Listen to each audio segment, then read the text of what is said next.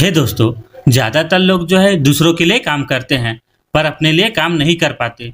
वे पहले तो कंपनी के मालिक के लिए काम करते हैं, फिर टैक्स भरने के लिए सरकार के लिए काम करते हैं और आखिरकार बैंक के लिए काम करते हैं जो उसके लोन के मालिक होता है। अपने काम से काम रखो, ये अमीर लोगों का तीसरा रहस्य होता है। अपने काम से काम रखो।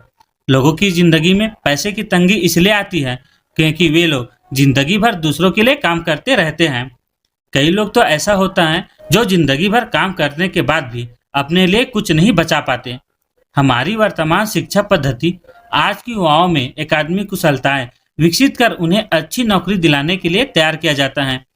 उनकी जिंदगी उनकी तनख्वाह के चारों तरफ घूमती रहती है। स्कूल के साथ एक समस्या यह है कि आप जो विषय पढ़ते हैं आप वही बन जाते हैं। उदाहरण के लिए, अगर आप कुकिंग का अध्ययन करते हैं तो आप शेफ बन जाते हैं। अगर आप कानून का अध्ययन करते हैं तो आप वकील बन जाते हैं और अगर आप ऑटो मैकेनिक का अध्ययन करते हैं तो आप मैकेनिक बन जाते हैं। जो पढ़ा जाए वही बन जाने में गलती यहाँ होती है कि आप लोग अपने काम से काम रखना भूल जाते हैं। वे अपना सारा जीवन दूसरों के काम पर ध्यान देने लगते हैं और इसी तरह वह दूसरों को अमीर बना देते हैं। आर्थिक रूप से सुरक्षित बनने के लिए किसी आदमी को अपने काम से काम रखने की जरूरत है। आपका बिजनेस आपके संपत्ति वाले कॉलम के चारों तरफ घूमता रहता है जो आपके आमदनी वाले कॉलम से विपरीत होता है। इसके पहले वाले वीडियो में आपको बताया गया है कि संपत्ति और दायित्व के बीच अंतर होता है और इसलिए हमें संपत्ति खरीदना चाहिए।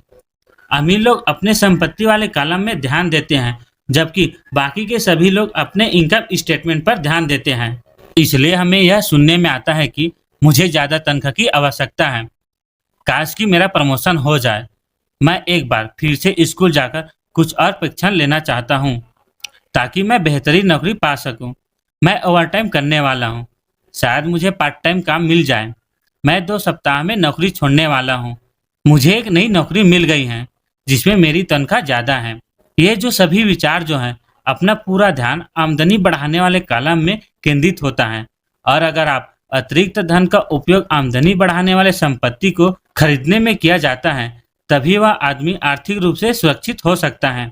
गरीब व मध्यम वर्ग के लोग आर्थिक रूप से पुरातनपंथी होने यानी मैं जोखिम नहीं उठा सकता यानी कि उनका कोई आर्थिक आधार नहीं होता। वे अपनी नौकरियों में चिपके रहते हैं। वे इस खेल को सुरक्षित तरीके से खेलते रहते हैं। इनसे सारे लोग अपने आप को पैसे के गहरे संकट में डाल लेते हैं। जब उसकी आमदनी कम हो जाती है तो पैसे जुटाने के लिए अपने संपत्ति बेचते हैं।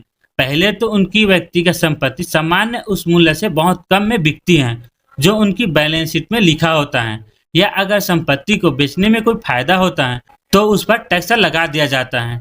तो एक बार फिर से सरकार फायदे में से अपना हिस्सा ले लेती है और इस तरह कर्ज से उभरने के लिए जुटाई जाने वाली रकम को कम कर देती हैं।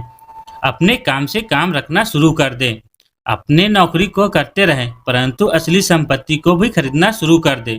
परंतु ऐसे दायित्व या व्यक्तिगत चीज़ों से बचें जिसकी कीमत एक बार घर लाने में कम हो जाती है। आप जिस क्षण एक नई कार शोरूम से बाहर ले जाते हैं उसकी कीमत जो है 25% कम हो जाती है। यह जो है सच्ची संपत्ति नहीं होती। हालांकि बैंकर्स भी इसे संपत्ति मानते हैं। नौजवानों के लिए यह सही है कि वे अपना खर्च कम कर ले, अपने दायित्व को घटा ले और मेहनत से ठोस संपत्ति का आधार बना ले। इस दुनिया में असली संपत्ति कई तरह के होते हैं। पहला, ऐसा बिजनेस जिसमें मेरे होने की जरूरत ना हो। मैं उनका मालिक जरूर हूँ परंतु उन्हें दूसरे लोग चलाते हैं। अगर मुझे वहाँ काम करना पड़े तो यह बिजनेस नहीं होगा, यह मेरी नौकरी होगी। दूसरा है स्टॉक, तीसरा है बॉन्ड, चौथा है म्यूचुअल फंड, पांचवा है आमदनी देने वाले रियल एस्टेट, छठवा है बौद्धिक संपदा जैसे संगीत, पाठ्यकथा, पेटेंट इत्यादि से मिलने वाली रॉयल्टी, सातवां है ऐसी हर चीज़ें जो कीमती होती हैं, जो आमदनी देती हैं और भविष्य में उसका मूल्य भी बढ़ता रहता है। ज़्यादातर लोग अक्सर इच्छा जागने पर बिना सोचे समझे कर्ज पर अपने लिए महंगी चीज़ें या विलासिता की कोई और चीज़ें खरीद लेते हैं। हो सकता है कि वे जिंदगी से उब चुके हो या उन्हें सिर्फ एक नए खिलौने की जरूरत हो। कर्ज पर विलासिता की चीज़ें खरीदने से देर सवेरे वह आदमी उस चीज़ से चिढ़ने लगेगा क्योंकि उसके कारण जो कर्ज लिया गया है वह उसके लिए एक भार बन जाता है। एक बार अपने बिजनेस को बनाने, उसमें निवेश करने का समय निकाल लेते हैं तो आप उसमें जादू की छड़ी घुमा सकते हैं, जो अमीरों का सबसे बड़ा रहस्य है। यह रहस्य अमीरों की भीड़ में सबसे आगे रखता है।